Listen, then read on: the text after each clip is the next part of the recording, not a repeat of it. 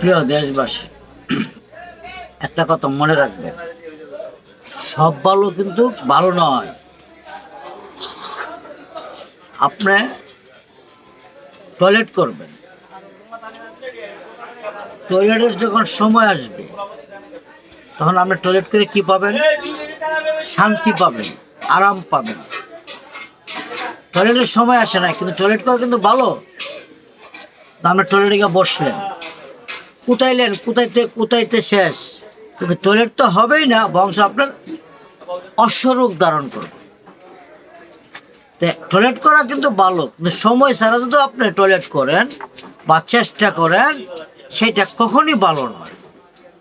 সেই জন্যই বললাম আপনাকে, সব ভালো ভালো নয়। প্রত্যেকটা মানুষের একটা নিয়ম শৃঙ্খলা আছে, প্রত্যেকটা মানুষের একটা হিসাব আছে। ইবাদত করা ভালো, কিন্তু আনটাইমে আপনি আসরের নামাজের সময় মাগরিবের 3 রাত পরে চলে আসেন, এটা ইবাদত, কিন্তু এটা হবে না। আপনি সবসময় মনে রাখবেন, এই যে আপনারা অনেকেই বলেন তাবলিগে যাই, চলেন ভাই তাবলিগে যাই। আগে ব্যাপারটা বুঝতে হবে, তাবলিগ কারা যাবে? তাবলিগে 2 জন ব্যক্তি যাবে। কে যাবে তাবলিগে? একজন যাবে যারা বড় হক্কানি আলেম, ভালো মানুষ, উচ্চদরের আলেম মানুষ, উনি যাবে। আরেকজন যাবে শিক্ষার জন্য। এখনের তাবলিগ, এখনের যে তাবলিগটা হলো শিক্ষার জন্য যাবে একজন, আরেকজন যাবে শিখাইতে, একজন যাবে শিখতে। এখন দেখা গেল 3 দিনে তাবলিগ করে আইসা এমন শিখে অনেক সময় দেখা গেল সমাজের সমালোচনা শুরু হয়ে যায়। আমি যে শিখতে যাচ্ছি, একটা আলেম হইতে, একজন হক্কানি মানুষ হইতে 30 বছর, 35 বছর, 32 বছর লাগে। আপনি 3 দিন তাবলিগ করে এমন শিখছেন, অনেক বড় আলেম হয়ে গেলেন, আপনার সাথে আর কোনো কথা বলা যায় না। একজন মানুষে একটা কথা বললে বুঝতে হবে যে আমি তো শিখতে আসছি, এখানে তর্ক ধরা যাবে না। জানার জন্য আমি চেষ্টা করব কিভাবে শিখা যায়, এটাই তো আমাদের নিয়ম। কিন্তু আমরা এমন বুঝি, সামান্য যেহেতু অল্প বিদ্যা বয়ন করি, সামান্য একটু বুঝি আর সব কিছু বুঝে যায়।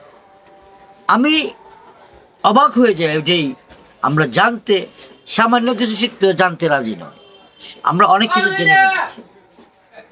তাই আমি আপনাদেরকে বলবো, দয়া করে শিখেন, শিখাবার চেষ্টা কম করেন। শিখাবার লোক আলাদা, যারা হক্কানি মানুষ তারা শিখাবে, আর আমরা আম মানুষ, যাকে বলে আম মানুষ, আমরা শিখব। এখানে ইঞ্জিনিয়ারের কাছে গিয়ে পাবলিক গিয়ে ইঞ্জিনিয়ারিং করা ঠিক না, ডাক্তারের কাছে পাবলিক এসে ডাক্তারি করা ঠিক না। যে কর্ম আল্লাহ দিয়েছে সেই কর্ম করার সুযোগ দেন, তার থেকে শিখেন। মেথর কাছে তো শিখার আছে, কিন্তু আপনি ভুল না ধরে শিখবেন, চায় দেখবেন উনি কি করে।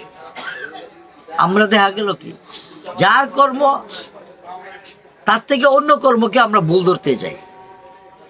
একজন ব্যক্তি, একজন আলেম, একজন ডাক্তার, অনেক চিকিৎসা, অনেক লেখাপড়া করে সে ডাক্তার হয়, অনেক লেখাপড়া করে একজন সে আলেম হয়, তাদেরকে আমরা শিখাইতে যাই ভুল ধরি। তুমি কি যাবে করণীয়? এই দেশের যে পরিস্থিতি, এই দেশের পরিস্থিতি সবকিছু ভালো, সব ভালো তো এক ভালো নয়।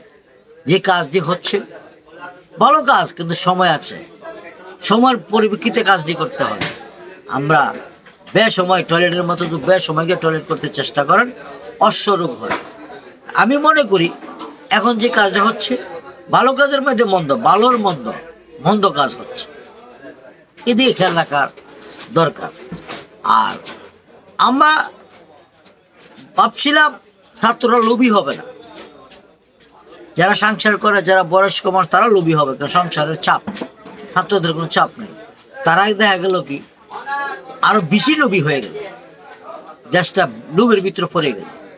আবার আমি জানি একজন বয়স্ক মানুষ লোভ ছেড়ে দেয়, মৃত্যুর কথা স্মরণ করে, ও চাইবে দেশটা কিভাবে শান্তি চলে। কিন্তু দেখা গেল ওই বয়স্ক মানুষ আরো বেশি লোভী হয়ে গেল, আমার চিন্তাধারা সফলটা হয়ে গেল। তাই আমি সবাইকে বলবো, দয়া করে লোভ ছেড়ে দেন, যার কর্ম করার তাকে কর্ম করতে দেন, যে যতটুকু আছে তাকে মানো, তার থেকে কিছু শিখার আশা করো। তাকে শিখায়েন। যার যে কর্ম তার কাছে সে অনেক কিছু বুঝে। তাই আমি সবাইকে বলবো, দয়া করে বেশি বুঝেন, সবসময় শিখার চিন্তা করেন, শিখেন। আপনি কাকে শিখাবেন? আপনি যদি যাকে শিখাচ্ছেন বুঝবেন যে আমার থেকে সে খুব কম বুঝে, সে আমি তার থেকে লেখাপড়া বেশি, তার থেকে অভিজ্ঞতা বেশি, যে আমি এই কাজ করি, এই কাজের কথা বুঝাবো।